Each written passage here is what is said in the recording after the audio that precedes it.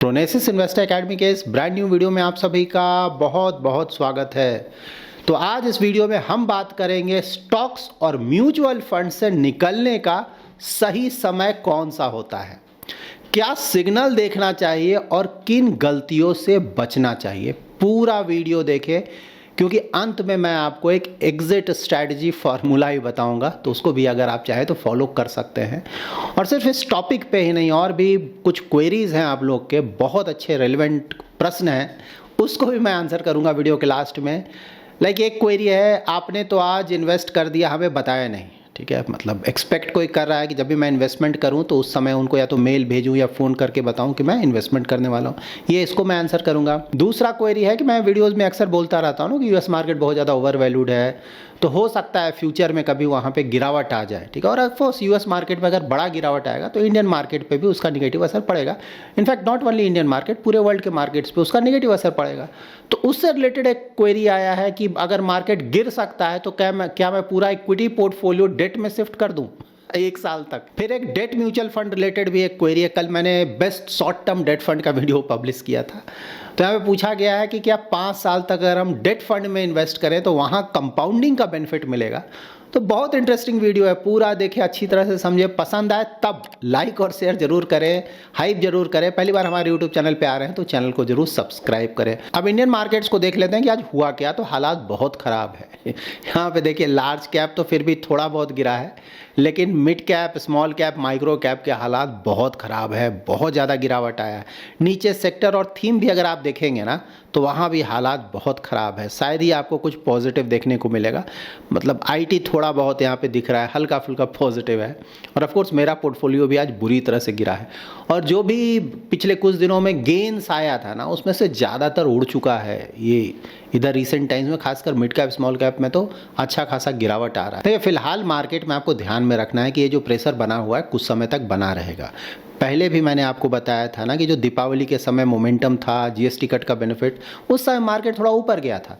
अब वो सब जा चुका है। अब मार्केट वेट कर रहा है कि भाई यूएस के साथ तुम डील करो। ठीक है, उसके इंतजार में बैठा हुआ है। नहीं होगा, जितना डिले होगा मार्केट में प्रेशर बनेगा। और अगर इस तरह का कोई न्यूज़ आया कि नहीं हो पाएगा ना, तब तो बहुत ज़्यादा प्रेशर पड़ेगा। और अगर हो जाता है तब तो मार्केट तेज़ी से ऊपर जाएगा, उस समय आप देखेंगे। उसी तरह से अब अर्निंग ग्रोथ का वेट हो रहा है कि भाई अब अर्निंग ग्रोथ दिखाओ। ठीक है ना, तो इन चीज़ों के कारण ही मार्केट में प्रेशर, और ये बना रहेगा फिलहाल शॉर्ट टर्म के लिए तो बिल्कुल। हाँ, उस फ्रंट पे अगर कुछ पॉजिटिव न्यूज़ आएगा तो मार्केट में आप मोमेंटम देख सकते हैं। तो नेक्स्ट क्वार्टर, मैंने पहले ही बताया था ना, इस क्वार्टर का अर्निंग नेक्स्ट क्वार्टर में आए तो वेट करते हैं, वहाँ पे इंप्रूवमेंट देखने को मिलेगा। और होपफुली तब तक शायद ट्रेड डील अगर हो जाए यूएस के साथ तो बहुत फ़ायदा होगा, क्योंकि नेक्स्ट ईयर से ये जो टैरिफ लगा है ना उसका बहुत ज़्यादा नेगेटिव असर दिखना शुरू हो जाएगा। तो अच्छा यही होगा कि इसी साल अगर कोई ट्रेड डील कर ले। नाउ आज के टॉपिक पे आते हैं। तो सबसे पहले ऑफकोर्स स्टॉक्स को कवर करते हैं। ठीक है, स्टॉक्स के बारे में क्या बोला जाता है, भाई खरीद लो और बैठे रहो। ठीक है, देखिए स्टॉक मार्केट में हमेशा ये स्टेटमेंट याद रखें। ठीक है, जब भी कोई रेस होता है ना, ठीक है, तो रेस में कौन जीतता है, जो सबसे ज़्यादा तेज़ दौड़ता है। सिंपल है ना, जो तेज़ दौड़ेगा वो जीत जाएगा।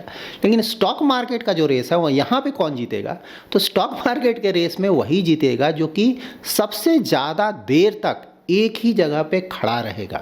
हमेशा इसको याद रखें अपने लाइफ में, इन्वेस्टमेंट जर्नी में आपकी मदद करेगा। यहाँ पे भागना नहीं है, दौड़ना नहीं है, यहाँ पे रुके रहना है। अच्छे क्वालिटी का स्टॉक और म्यूचुअल फंड खरीद लें और बैठे रहें, कोई मूवमेंट नहीं।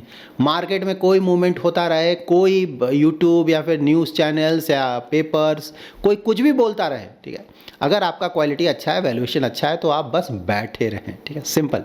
तो स्टॉक्स में भी यही एप्लीकेबल है। तो यहाँ पे जानते हैं कि भाई ठीक है, ये सब तो अच्छी बात है, लेकिन क्या कोई ऐसा समय भी आता है जब हमें स्टॉक्स या म्यूचुअल फंड से एग्जिट कर लेना चाहिए।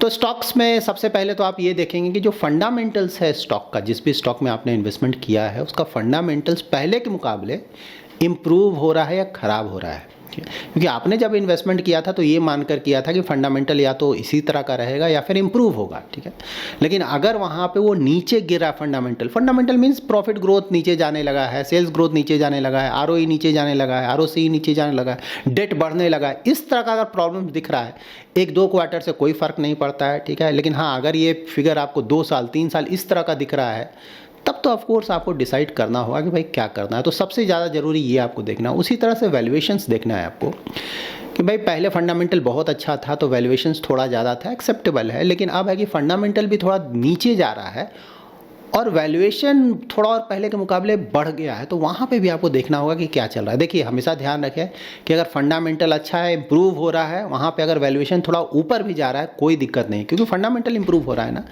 तो लॉन्ग टर्म में तो ये होगा, अच्छे क्वालिटी के स्टॉक्स के साथ हमेशा होगा, वहाँ पे नहीं भागना है। लेकिन वैल्यूएशन बढ़ रहा है और फंडामेंटल थोड़ा वीक हो रहा है या लग रहा है कि फ्यूचर में और ज़्यादा वीक होगा, तो वहाँ पे देखना पड़ेगा, क्योंकि पूरा गेम फंडामेंटल का है। अब आप लोग बोलेंगे फंडामेंटल क्या होता है, मुझे क्या समझ में नहीं आता। तो देखिए अगर फंडामेंटल आपको समझ में ही नहीं आता तब तो इन्वेस्टमेंट नहीं करना चाहिए आपको स्टॉक्स में, आप म्यूचुअल फंड्स में इन्वेस्ट करें, ठीक है। बिना सोचे समझे इन्वेस्ट करेंगे तो आपको लॉस होगा ही। थर्ड पॉइंट होगा सेक्टर या बिजनेस में स्ट्रक्चरल चेंज आ जाना। जैसे हमारा आईटी सेक्टर आप देख सकते हैं, जो लार्ज कैप की कंपनीज है ना, उनका बिजनेस मॉडल ना ज़्यादा से ज़्यादा लोग रखो, उनसे काम करवाओ, अब वो बिजनेस मॉडल नहीं चल रहा है ना, अब एआई का ज़माना है, तो अब आपको कम लोगों की ज़रूरत है। तो वो जो पहले आपका बेनिफिट था ना कि बहुत सारे हायरिंग करेंगे, उनसे काम करवाएंगे, हमारा बिजनेस चलेगा, अब तो एआई के कारण ज़्यादा लोगों की आपको ज़रूरत ही नहीं हो, आने वाले समय में और कम लोगों की ज़रूरत होगी। तो ये स्ट्रक्चरल चेंज है, तो अगर ये आईटी कंपनीज खुद को चेंज नहीं करेंगे, समय के साथ बदलेंगे नहीं, तो प्रॉब्लम में आ जाएंगे। तो ये भी आपको देखना है कि भाई जिस कंपनी में आपने इन्वेस्ट किया है, किस सेक्टर की कंपनी है, किस थीम की कंपनी है, वहाँ पे कोई स्ट्रक्चरल चेंज तो नहीं आ रहा है, वो बहुत ज़रूरी है देखना। फोर्थ पॉइंट हो सकता है आपका इन्वेस्टमेंट थीसिस। तो जब भी हम इन्वेस्टमेंट करते हैं किसी स्टॉक में तो जनरली सोचते हैं ना कि स्टॉक में मैं क्यों इन्वेस्टमेंट कर रहा हूँ, लाइक कोई पर्टिकुलर थीम हो गया ना, जैसे ईवीज, ठीक है। अब आपने सोचकर किसी ईवी कंपनी में इन्वेस्ट किया कि इसका ग्रोथ बहुत ज़्यादा आएगा फ्यूचर में, ठीक है, लेकिन कुछ समय के बाद आप देख रहे हैं कि नहीं, ऐसा कुछ हो नहीं रहा है। ईवी ना एक तरह का हवा तो था कि ईवी में बहुत ज़्यादा मूवमेंट आएगा, लेकिन फिलहाल ऐसा कुछ नहीं लग रहा है और फ्यूचर में भी नहीं लग रहा है कि ऐसा कुछ होगा, ठीक है। सिर्फ मैं एग्जांपल के लिए, समझाने के लिए बोल रहा हूँ, ऐसा नहीं बोल रहा हूँ कि ईवी में कुछ नहीं होगा, ठीक है। तो अगर इस तरह का कुछ होता है तो ऑफकोर्स वहाँ पे कॉल लेंगे कि अरे भाई यहाँ तो कुछ लग नहीं रहा है कि होगा, तो क्या करें, यहाँ पे भी आप कॉल ले सकते हैं। उसी तरह से एक बहुत इंपॉर्टेंट पॉइंट है एसेट एलोकेशन। मान लीजिए एसेट एलोकेशन मतलब डिफरेंट एसेट्स में हम पैसा इन्वेस्ट करते हैं, तो एक जगह पूरा तो इन्वेस्ट नहीं करते हैं, लाइक इक्विटी, डेट, गोल्ड या सिल्वर हो गया, रियल एस्टेट हो गया, पैसे को स्प्रेड आउट करके रखते हैं, क्योंकि हमें नहीं पता फ्यूचर में कौन सा एसेट कैसा परफॉर्म करेगा। इक्विटी का जनरली ज़्यादा अच्छा परफॉर्मेंस होता है लॉन्ग टर्म में, इसलिए इक्विटी में हम थोड़ा ज़्यादा इन्वेस्ट करते हैं, लेकिन दूसरे एसेट क्लास में भी तो करना होता है। तो वहाँ पे मान लीजिए आपने एलोकेशन डिसाइड किया कि इक्विटी में मैं रखूँगा 60% और डेट में रखूँगा 40%। इक्विटी मार्केट का परफॉर्मेंस बहुत अच्छा हो गया, इक्विटी मार्केट जो आपका टोटल एलोकेशन है उसमें अब 80% हो गया और डेट का जो एलोकेशन हो कम हो गया, तो यहाँ पे ऑफकोर्स आप कम करोगे क्योंकि आपने 60 सोचा हुआ है, तो आप 80 को फिर से 60 लाने की कोशिश करोगे कुछ समय में और डेट का एक्सपोजर बढ़ाना चाहोगे, तो ये भी बहुत ज़्यादा इंपॉर्टेंट है। इसी तरह से मान लीजिए इक्विटी अगर बहुत गिर गया, आपने 60 का एलोकेशन सोचा था, इक्विटी मार्केट बहुत गिर के 40% आ गया एलोकेशन आपका पोर्टफोलियो में, तो ऑफकोर्स वहाँ पे आप एलोकेशन बढ़ाओगे, दूसरे जगह से यहाँ एलोकेशन लाओगे। नाउ जान लेते हैं म्यूचुअल फंड से एग्जिट कब करना चाहिए। तो देखिए म्यूचुअल फंड एक तो हो गया गोल आपका, ठीक है, कि आपने डिसाइड किया ना, बच्चे का मैरिज है, एजुकेशन है, रिटायरमेंट है, आपने एक पीरियड डिसाइड किया, एक कॉर्पस डिसाइड किया, एक बार वहाँ आप पहुँच जाते हैं तो ऑफकोर्स आप धीरे धीरे पैसा निकाल लेंगे। हमेशा याद में रखें कि गोल अगर पूरा हो गया हो या फिर होने वाला हो तो ज़्यादातर पैसा निकाल कर कहीं सेफ्टी में रखना चाहिए, छोड़ना नहीं चाहिए, क्योंकि स्टॉक मार्केट है, पता चला फिर गिर गया तो फिर आपका कॉर्पस ही कम हो जाएगा। सेकंड पॉइंट है फंड का अंडर परफॉर्मेंस। कई बार ऐसा आपने देखा होगा ना, कोई म्यूचुअल फंड स्कीम लगातार 2-3 साल तक काफ़ी ज़्यादा अंडर परफॉर्मेंस करता है ना, बेंचमार्क से कम रिटर्न जनरेट कर रहा है, उसी कैटेगरी के जो दूसरे स्कीम्स है उसके मुकाबले काफ़ी कम रिटर्न जनरेट कर रहा है, ठीक है। वहाँ पर तो फिर कॉल लेना चाहिए कि भाई क्या करना है। देखिए बेंचमार्क के आसपास रिटर्न है तब थोड़ा टाइम देंगे, बिल्कुल सही बात है, लेकिन अगर बेंचमार्क से काफ़ी कम रिटर्न है, दूसरे जो फंड्स हैं उससे भी काफ़ी कम रिटर्न हो लगातार 2-3 साल तक, ठीक है, तो वहाँ तो कॉल लेना पड़ेगा। देखिए कोई भी अच्छा फंड थोड़े समय के लिए अंडर परफॉर्मेंस करता है ना, कुछ महीनों का अंडर परफॉर्मेंस, 1-2 साल का थोड़ा बहुत अंडर परफॉर्मेंस, वहाँ पे परेशान नहीं होना चाहिए, टाइम देना चाहिए। लेकिन अगर अंडर परफॉर्मेंस बहुत ज़्यादा है और 2-3 साल तक चल रहा है, ठीक है, तो वहाँ पे तो बिल्कुल कॉल लेना चाहिए कि क्या करना है, ठीक है। जैसे कि ना कोई लार्ज कैप का फंड है, मान लीजिए निफ्टी 12% 14% का रिटर्न जनरेट कर रहा है और आपका फंड 2-3 साल से ना 8% 9% का रिटर्न दे रहा है, तो वहाँ पे तो डिसाइड करना पड़ेगा क्योंकि यहाँ पे अंडर परफॉर्मेंस बहुत ज़्यादा। लेकिन अगेन 2-3 साल तक का वेट करना चाहिए ना, अगर फंड अच्छा है, लॉन्ग टर्म ट्रैक रिकॉर्ड है, तो जल्दबाजी में बिल्कुल ना बेचें, ये बहुत गलत होगा। 2-3 साल परफॉर्मेंस देखें, उसके बाद कॉल लें कि क्या करना है। उसके बाद है फंड मैनेजर का चेंज हो जाना या फिर स्ट्रैटेजी जो है, इन्वेस्टमेंट स्टाइल है, इन्वेस्टमेंट स्ट्रैटेजी है फंड का, उसमें चेंजेस आ जाना, ठीक है। आपको लगता है कि नहीं फंड मैनेजर बहुत अच्छा था, जो परफॉर्मेंस था वो फंड मैनेजर के कारण ही आ रहा था, और फंड मैनेजर बदल गया, उसके बाद कुछ इश्यूज़ आने लगे फंड में, वहाँ पे कॉल लिया जा सकता है। या फिर जो स्ट्रैटेजी था फंड का ना, वहाँ पे देख रहे हैं कि भाई पहले के मुकाबले चेंजेस आना शुरू हो गए और उसका नेगेटिव असर भी फंड पे दिखने लगा है। तो वहाँ समझने की कोशिश करें कि क्या हो रहा है। वहाँ पे अगर लगता है कि नहीं ये गड़बड़ है, इसके कारण शायद फंड में आगे भी प्रॉब्लम आ सकता है, तो वहाँ पे भी कॉल लिया जा सकता है। साथ ही फिर पोर्टफोलियो ओवरलैप है, डुप्लीकेशन है ना, बहुत सारे फंड्स में आपने इन्वेस्टमेंट कर दिया और ज़्यादातर फंड्स में देख रहे हैं एक जैसे स्टॉक्स हैं ना, 60-70% एक जैसे स्टॉक्स सभी जगह भरे पड़े हैं, वहाँ पे भी एग्जिट कर लेना चाहिए, कुछ फंड से निकल जाना चाहिए। यहाँ पे एक और बहुत इंपॉर्टेंट पॉइंट है आपका रिस्क प्रोफाइल का चेंज हो जाना ना।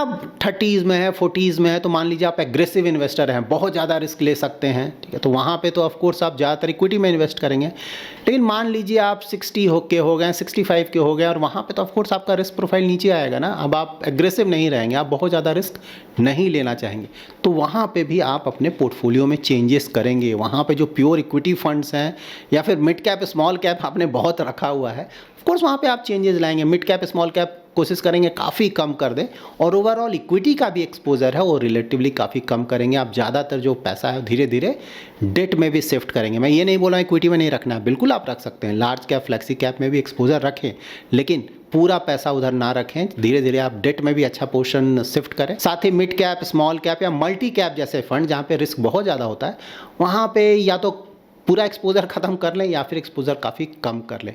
अब मैं आपको एक सिंपल एग्जिट स्ट्रैटेजी फार्मूला के बारे में बताता हूँ, शायद आप में से कुछ लोगों ने सुना भी हो, तो इसको भी आप ध्यान में रखें, काफ़ी मदद करेगा। इसका नाम है star, STAR star. S stands for strategy change. Company या फंड का अगर स्ट्रैटेजी ही बदल जाता है तो ऑफकोर्स वहाँ पे हम कॉल लेंगे कि क्या करना है। सेकंड है target hit. Of course target word तो मैं यूज करता नहीं हूँ, तो इसको आप बोलेंगे गोल ना। अगर गोल पूरा हो जाए तो वहाँ पे ऑफकोर्स आप एग्जिट करने का प्लान करेंगे, और ऑफकोर्स गोल पूरा होने से थोड़ा पहले से ही आप पैसा निकालना स्टार्ट कर देंगे, लास्ट मोमेंट का वेट नहीं करेंगे, हो सकता है उसे मार्केट गिर जाता। A फॉर एलोकेशन स्क्यूड, मतलब कि किसी एक एसेट में बहुत ज़्यादा पैसा चला गया हो, दूसरे एसेट्स में एक्सपोजर काफ़ी कम हो गया हो, वहाँ पे ऑफकोर्स आप चेंजेस करेंगे ना। जो भी आपने पहले डिसाइड किया हुआ था एसेट एलोकेशन, उसको फिर से फॉलो करेंगे। R stands for risk. अगर बहुत ज़्यादा बढ़ जाता है तब ना, जैसे कि मैंने बताया आपका रिस्क प्रोफाइल में चेंजेस आ जाता है, तो उसके अनुसार आप चेंजेस करेंगे। तो रिस्क फैक्टर बहुत ज़रूरी बात है।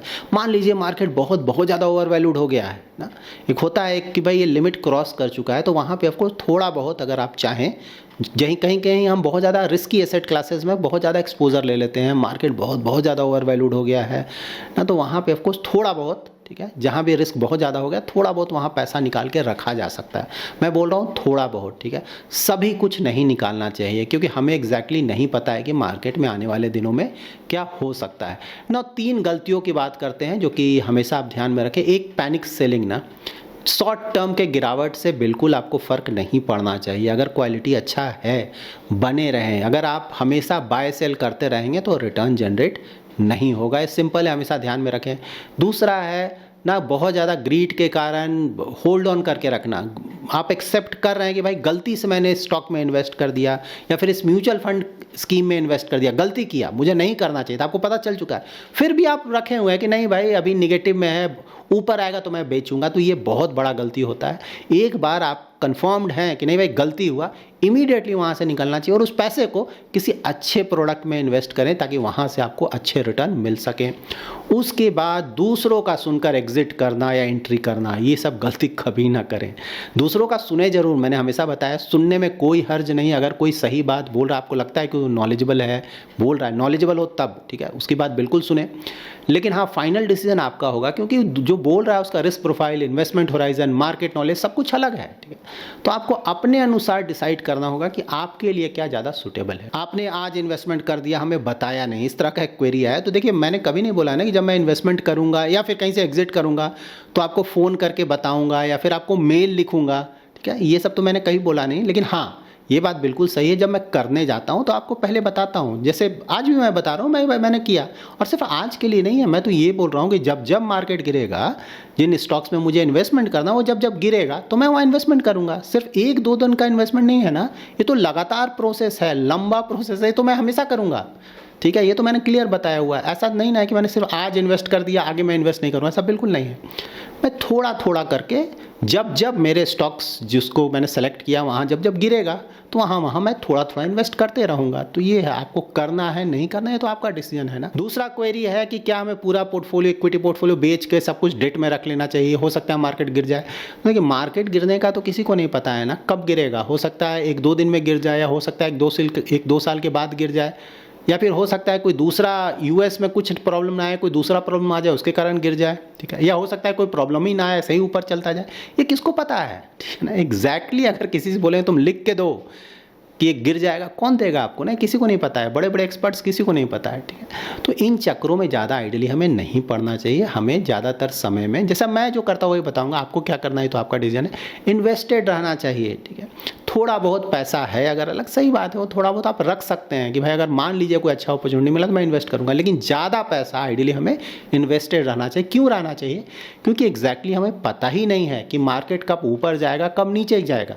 अगर कोई एग्जैक्टली आपको बता दे कि नहीं आज गिर जाएगा, कल गिर जाएगा, तब तो सही बात, तब मैं भी कर लूँ लेकिन वो किसी को नहीं पता है, ठीक है। तो आइडियली हमें इन चक्करों में नहीं पड़ना चाहिए, इन्वेस्टेड रहना चाहिए। हाँ, अगर आप ऐसे इन्वेस्टर हैं जिसको डर लगता है ना, 1-2% भी मार्केट गिर जाता है उसको डर लगता है, वहाँ पे आप कॉल ले सकते हैं, तब तो इक्विटी आपके लिए सुटेबल प्रोडक्ट नहीं है। उसके बाद एक डेट रिलेटेड क्वेरी है कि ना 5 साल तक अगर कोई इन्वेस्ट करता है डेट में तो कंपाउंडिंग का बेनिफिट मिलेगा। देखिए, कंपाउंडिंग सभी जगह बेनिफिट मिलता है, ठीक है। अगर आप होल्ड करोगे, ठीक है, तो कंपाउंडिंग का बेनिफिट यहाँ मिलेगा। यहाँ कम मिलता है डेट में, क्योंकि यहाँ पर रिटर्न्स थोड़े कम आते हैं। जैसे इक्विटी में अगर रिटर्न ज़्यादा आने लगता है तो बहुत ज़्यादा रिटर्न आता है ना, तो वहाँ पर कंपाउंडिंग ऑफकोर्स लॉन्ग टर्म में बहुत ज़्यादा देखने को मिल जाता है। डेट में रिटर्न्स थोड़े कम आते हैं, थोड़े या बहुत कम आते हैं रिलेटिवली, तो यहाँ पे भी आपको ऑफकोर्स कंपाउंडिंग का बेनिफिट मिलेगा, लेकिन कम मिलेगा, इक्विटी जैसा नहीं मिलेगा। So that's it in this video. अगर आपको ये वीडियो पसंद आया है तो जरूर लाइक एंड शेयर करें। पहली बार हमारे यूट्यूब चैनल पे आए हैं तो चैनल को जरूर सब्सक्राइब करें। Thanks lot for watching.